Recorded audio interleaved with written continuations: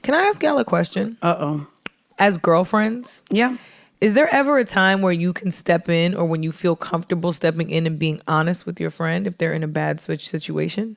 Yes. Yeah, I do it all the time, actually. Even if it's not a bad situation, if you just don't like him and you don't think it's a good, and you're seeing red flags that she's not seeing, do you chime in? Well, to be fair, did. That's your friend told me to fuck off. Yeah, I'll be honest with you too. Are you still friends with that girl? Nope. Wait, really? Jesus Christ. So I'm not gonna lie. I've been one of those to where the problem is, and we brought it up maybe in episode 1 or 2.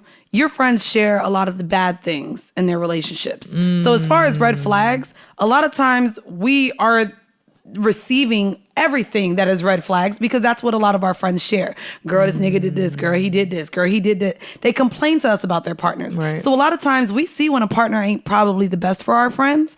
And unfortunately, we're all adults. And I know I've been that one too. It didn't matter how many times all of my friends said a nigga wasn't good for me. I wasn't going to stop fucking with him until I was ready to stop dealing with him. Right. And so I've learned to just relieve myself from those conversations to where I'll be like, girl, this nigga ain't no good for you. But you know what? I can only say it once. So guess what? When we have conversations moving forward, I'm good with, I don't want to hear anything else about your relationship. And so I just exclude even our conversations from being about that relationship, because as friends, there's so much more to talk about now as adults. Of course. You have jobs, you have dreams, you have goals. A lot of my friends have their own businesses. Yeah. Let's talk about that, because you talking about this man that you probably won't leave no matter how many times I tell you to. It's draining for me. And now I'm taking on and you don't a part have of your that relationship that I don't want to. You know what I mean? Yeah. So to be fair, I think is what we can do as friends is let them know that we are here for them. But I think as women, we've all had those toxic relationships. And to be fair, it don't matter how many people around us tell us it's toxic. We gonna stay until we finally realize it. And that's the unfortunate part, because by then sometimes it could be too late, whether it's an abusive relationship mentally or physically, or, you know, and so that's the part that sucks. It is, you know? Yeah. I tried it. You did. Bitch said fuck her. You hating on our relationship. Not you hating. God. Oh, see, there we go. He definitely not my type. I'm trying to save you, because, I mean... Wait, she thought you wanted her... I don't think she thought that I wanted him. I think she just thought that, you know, oh, Liv is single. She don't know. No, like, he's just giving all the vibes of a fuckboy. I'm trying to save you, sis. Take the life preserver. I know. I'm proficient in that language. I've seen it all. Yeah.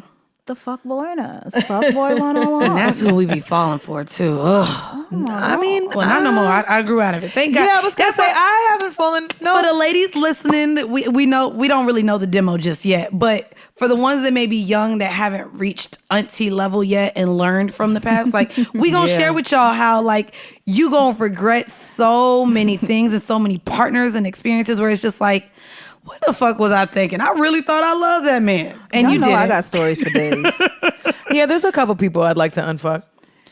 Oh, a whole bunch. Yeah. I could think of a couple. Bunch. And there was a tweet that went around like, have you ever just sat and thought about like your partners and been like, what was I thinking? Should have Those are the times where I just choose to meditate. Should have zipped my pussy up for that one. Sit down and think about that shit. Man, they fall off after 7 years. That's what I heard. It's credit. They gonna fall off. The bodies fall off. My problem is I got bodies from high school. I was still fucking in my late 20s. So it's just like, fuck, they still there. Oh, no. Yeah, I'm like one of those that just kept, if it was good, and I don't really fall out with people. So if it was good, if we were in the same city or around. Damn. Oh, I know. I was That's literally too long. There's literally men that I was fucking for like the time span of Not like your 14 whole years. 20s? Whole 20s. Wow. Whole 20s. Whole 20s. Damn. Girl, men that I had met in my teens. years? Easy.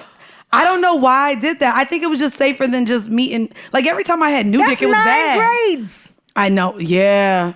Yeah. Like you could have learned algebra by then. bitch. No, seriously. And I don't know. I think I just, I'm also one of those people that every time I go to a restaurant, I order the same shit. That's 2 cycles of things dropping off your credit. Cycles, bitch. Listen, they went through me through like 4 different cities I lived in. That's over a decade. I dealt with like a few dicks for over a decade. Yeah, like I just kept them around. Why? No dick gonna stay with me over a decade unless I'm legally attached to it. I know. And no legal nothing. And some of them I didn't even like to be around. It was just only sexual chemistry. Y'all never like been attached to good chemistry in y'all the never world. y'all never been attached to good like sexual chemistry with someone? 2 years, yeah, but max. I was in a relationship with. Oh, yeah, people. nah. It wasn't that. It wasn't like. Really? Am I the only one? This is why. Listen, we get the whole spectrum with us here. I know. Liv is horrified. I'm jealous. I'm like, really? You had that many good dicks in 14 years?